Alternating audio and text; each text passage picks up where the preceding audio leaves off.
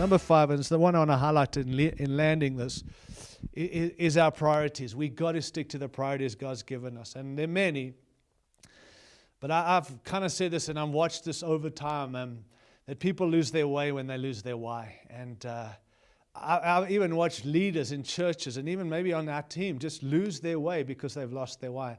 Jesus gives us significance to everything we do. Our value, He gives value to what we value. And I do want to just challenge us that a correct view of Jesus gives us a correct view of everything else.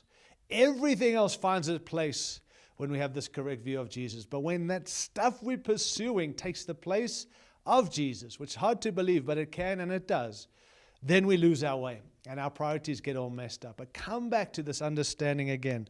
We've said it again and again, and I want to just keep saying it going forward. Our Christology determines our missiology, and our missiology determines our ecclesiology, which plays a major role in our eschatology. Simply meaning our view of Christ determines our mission determines the church plays a major role in the end times and the return of Jesus. But it comes back to correct view of Christ.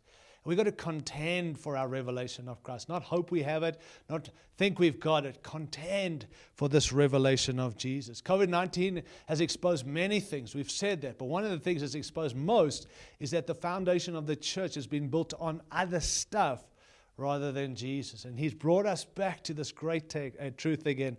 He is the cornerstone, the chief cornerstone. And everything we do has to result in Him being the foundation and the message and the mandate and the motivator and everything else. I love in 1 Corinthians 11 verse 1, Paul says, follow me as I follow Christ. Priority is Christ. Follow me, I believe what he's saying, as much as I'm following Christ. It presupposes that the things I spend my life doing would actually be found that I'm following someone and that someone's Jesus. Not some cliche or hope. It's proof we've got to be following Jesus. And so I trust that's in your heart. You know, Paul's heart was revealed. And as I land this, if you go, I've preached on this so many times, but I've just been re-looking at all this.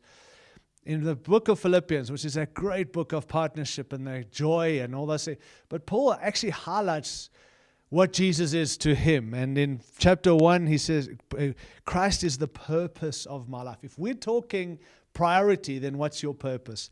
And in Philippians 1:21, for to me to live is Christ, and to die is gain. Notice he didn't say Christ is life, but living is Christ and dying is gain. His purpose was Christ. Christ occupies the whole of Paul's life. No doors that are locked to him. He's opened his life to Christ. Chapter 2, Christ is the pattern. He's the pattern. Friends, can I challenge us to pattern our lives and ministries as a team, not around some great ministry somewhere, but around Christ. Paul highlights in Philippians 2 that Christ was the pattern, that we're to pattern Philippians 2:5, and in your relationship with one another, have the same mindset as Christ, who became nothing, made himself nothing. I mean, Christ is the pattern. Let's go after that pattern. How did Jesus operate? What did Jesus do? That's what we got to give our attention and our time to. And in chapter 3, Christ is the prize of my life.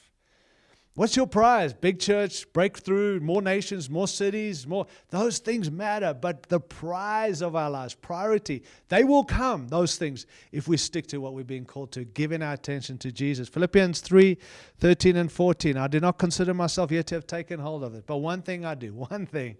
That's the priority. One thing, forgetting what's behind, straining on to what's ahead, I press on towards the goal to win the prize for which Christ has called me heavenward in Christ Jesus. Paul pointedly says he presses on. That verb literally means I pursue, I follow after. He was in pursuit of Jesus. His goal is still ahead. He vividly pictures the tension of this chase, going after Christ. And lastly, chapter 4, Christ is the power of my life.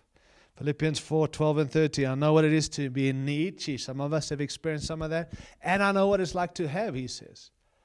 But in all things, I've learned the secret. You know what the secret to contentment is? Christ. No tricks, no longer a secret, he tells us. Now we know this, friends. I know I'm preaching to you who've heard me and others preach on this so much. But this is what we've got to settle in our priorities in order to be fruitful and effective in the next season that God has for us. The main thing is to keep the main one the main thing, and watch everything else flow from that, and watch the effectiveness and the fruitfulness and the continued release over us as He releases us into.